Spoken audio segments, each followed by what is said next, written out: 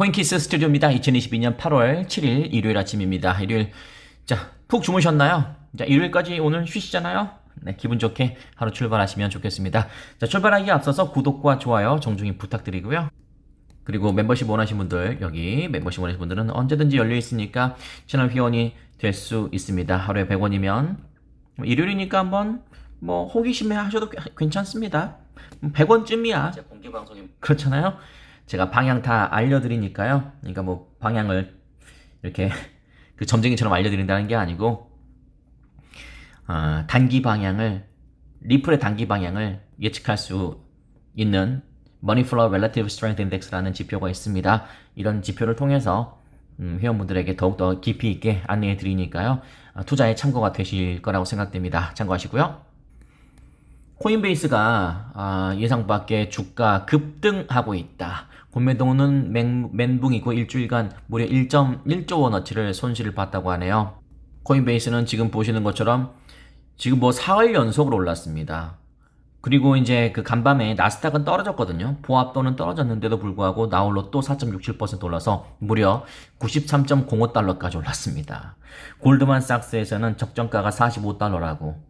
그래서 그 캐티 우드, 우리나라에서 돈나무원이라고 알려져 있는 그분도 코인베이스 주식 다 팔아버렸잖아요. 그 팔고 나서 떠날 때 그 기분, 여러분 혹시 아십니까? 그거는 손실난 만큼 기분이 허탈해요. 그 다른 느낌으로 허탈해요. 이거 그것은 좋습니다. 우리는 코인베이스의 재상장을, 리플은 코인베이스의 상장을 우리 리플랩스는 원하기 때문에, 브레이크링하우스는 원하기 때문에 일단 좋은 건데요. 근데 93.05달러로 마감했다. 그랬다라는 거고, 블랙록 저희 방송에서 말씀드린 것처럼 10% 이상 급등하면서 코인베이스의 분위기가 굉장히 좋습니다. 그러니까 진짜 이 기사를 통해서 1차적으로 제가 느끼는 것은 역시 뭐든지 단기로 봐서는, 그러니까 근시안적이면 안 됩니다. 저는 늘 그렇게 생각합니다.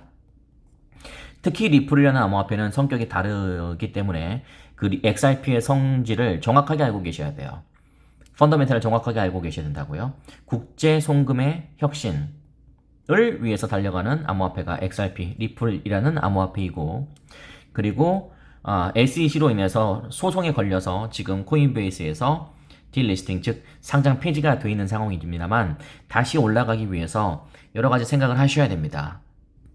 근데 늘 다양한 경우의 수를 생각하셔야 되기 때문에, 당장 국내에서도 예전에 190 소송에 걸려가지고 코인베이스에서 상장 폐지됐을 때 코인원의 리플의 가격은 199원까지 내려간 적이 있습니다. 그 다음에 이제 2천 얼마까지 이렇게 올라간 적이 있었습니다만, 그 정도로 위협적인 것이 상장 폐지이고, 그리고 당시에 정확한, 지금도 그 거래소가 있는지 모르겠습니다만 국내 5대 거래소는 아닌데 왜 그런지 모르겠습니다. 그냥 상장 폐지 시킨 거래소도 한 곳 있었어요.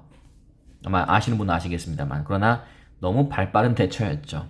그리고 이따가도 제가 설명드리겠습니다만, 미국에서 상장 폐지, 코인베이스에서 상장 폐지되고 미국에서 물러나면 우리나라도 그걸 따라야 되나요? 자, 궁금하실 테니까, 코인베이스가 승승장구하니까 리플과 결부지어서 여러분께 일요일이니까요. 한번 세 가지로 제가 압축해서 여러분께, 굉장히 이게 다루기 좀 껄끄러운, 다루기 조심스러운 주제입니다만, 저는 제 방송을 참고로, 여러분 투자에 있어서 참고로 사용한다고 전제하고, 저는 저희 의견을 소상히 세 가지로 압축해서 말씀드려 보겠습니다. 참고만 하십시오. 제 의견에 여러분이 동의하지 않으셔도 괜찮아요. 아니면 여러분의 의견 언제든지 댓글로 환영하겠습니다. 첫 번째는, 우리나라 5대 거래소가 있다면요. 5대 거래소가 있다면, 5대 거래소, 예를 들어서 진짜 최악의 상황이어서 리플이 증권으로 판단됐다. 예를 들어서요. 그렇게 됐다면 우리나라에서 바로 이렇게 할까요? 국내 5대 거래소에서? 저는 하지 않는다고, 할 수도 없고 하지 않는다고 생각해요. 그중 첫 번째는, 우리나라에서 가장 사랑받는 암호화폐가 리플인 거 알고 계시죠? 국내 거래량 평균 늘 3입니다. 예전에 이더리움 클래식이라든지, 아니면 솔라나, 아니면 가끔 이렇게 특출난 암호화폐들이 어떤 특정한 이슈로 인해서 올라섰을 때, 그럴 때 빼고는 늘 이 XRP라는 암호화폐는 시가총액은 아직 3위가 된 적이 최근엔 별로 아예 없습니다만 거래량은 늘 3위였어요. 아시는 분은 아실 거라고 생각됩니다. 자, 거래소가 존재하는 이유는 무엇인가요? 자선 사업하기 위해서인가요? 여러분께 좋은 서비스? 다 맞는 말인데요. 가장 중요한 것은 수수료 아닙니까? 여러분이 거래를 많이 해주면 좋아합니다. 거래소들이 좋아한다고요. 거래소는 폭등 나와도 좋아하고 폭락 나와도 좋아해요. 어차피 다 거래하니까. 근데 이 국내 거래량 평균 3위 암호화폐 XRP를 빼버리면 아마 휘청할 텐데 과연 뺄 수 있을까요? 두 번째, 설령 이렇게 리플이 증권으로 판단된다고 할지라도 리플의 활동 무대는 아시는 것처럼 전 세계입니다. 우리나라일 수도 있고요, 캐나다일 수도 있고, 유럽일 수도 있고, 영국일 수도 있고, 싱가포르일 수도 있고, 일본일 수도 있고 다양한 무대에서 활동하고 있습니다. 그래서 미국 기업이라고 할지라도 미국에서 만약에 정말 브레이크 알렉스가 정말 화가 나서 영영 떠나버리겠다 이렇게 말한다고 하더라도 저는 상관이 없다. 왜냐면 전 세계 활동 무대니까요. 그러니까 캐나다에서도 할 수 있고 유럽에서도 할 수 있습니다. 그러니까 XRP라는 암호화폐는 그대로 존재하고 있는 거죠. 그러면 당연히 우리나라 암호화폐 거래소에도 그냥 갖고 있는 거지. 뭐 굳이 이렇게 할 필요가 무리해서 상장 폐지시킬 필요가 없다. 미국에서 증권이라고 판단한 거지 전 세계에서 증권이라고 판단한 것은 아니기 때문이죠.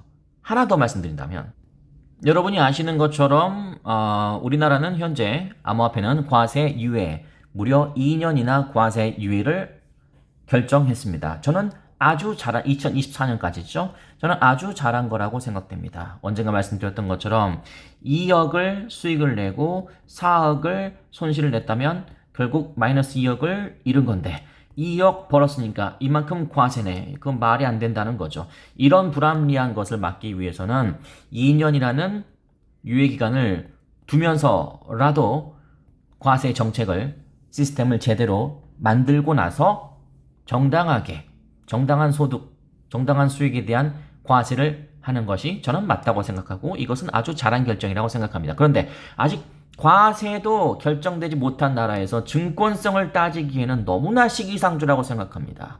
자, 과세, 증권 둘 중에 하나를 우선순위를 매겨야 돼요. 과세인가요? 증권인가요? 당연히 과세죠. 과세죠. 증권 따져서 뭐 하는데요? 투자자 보호? 그거는 과세 다음이에요. 일단은 과세. 그래야지 나라에도 도움 되잖아요. 세금 받으니까. 그러니까 이거는 우선순위에서 밀려나는 거예요.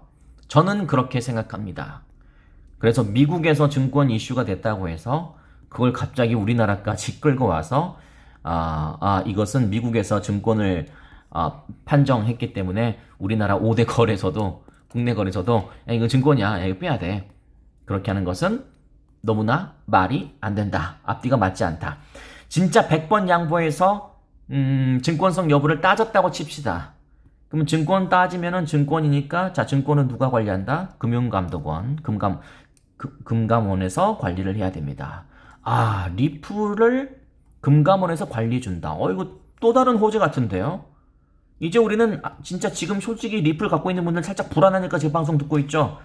불안하니까 회원 가입하시죠? 자, 이제 불안하지 마십시오. 금감원에서 커버해줍니다. 여기서 무슨 문제 생기면 금감원에서 다 보호해 줄 거예요. 얼마나 좋습니까? 맞잖아요. 근데 금감원에서 리플을 그렇게 할까요? 글쎄요. 금감원이 왜 해야 되지? 일개 기업의 토큰인데? 맞잖아요. 주식하고는 또 별개잖아요. 이래저래 조금 그렇다. 정리해 볼까요?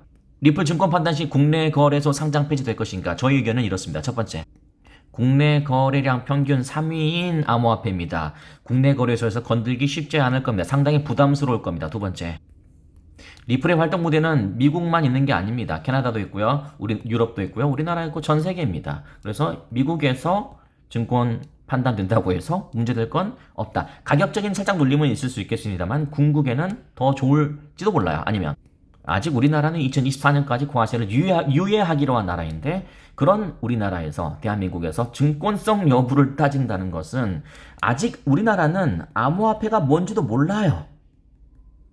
TV 패널로 나오는 전문가들 들어보면은 진짜 오리지널 전문가들이 있는가 하면 그냥 경제학자인데 암호화폐가 자꾸 무슨 튤립 같다 뭐 그런 뭐 이렇게 뭐 데이터 조각이다 뭐 이런 이야기가 나오니까 한번 공부 열심히 해서 며칠 열심히 공부해서 그냥 패널로 나온 거예요. 그분들의 두뇌에서 뭐가 나오겠습니까? 아직도 우리나라는 암호화폐에 대한 이해도, 블록체인에 대한 이해도가 없습니다. 없으니까 과세도 당연히 과세는 세금인데 당연히 매겨야 되는 거 아닌가요? 매기고 싶어서 안 달라야 되는 거 아닌가요? 근데 유예하잖아요. 그만큼 자신이 없다는 이야기예요. 근데 하물며 무슨 증권성? 그리고 증권성이 언제부터 증권을 따졌다고? 생각해 보시면 SEC가 다 증권을 주도하는 거 아닌가요? 결국 XRP에 13억 달러 벌었다고 하니까 이걸 욕심 플러스 이자까지 이것까지 해서 그걸 욕심내는 게 SEC잖아요. 그래서 그냥 이 돈이 욕심나는데 태클을 걸기 위해서는 뭐 하나 꼬투리가 잡혀야 되는데 그게 증권이잖아요. 지금 이런 이 복잡한 얽히고 설킨 그런 리플과 SEC와의 그 이야기를, 스토리를 정확하게 알고 있는 한국 전문가들이 얼마나 있겠습니까? 그냥 미국에서 증권 하니까 증권 이야기 하는 거예요. 너무 시기상조라는 거죠. 분명히 말씀드리지만 미국은 미국이요. 대한민국은 대한민국입니다. 아직까진 너무 이르다.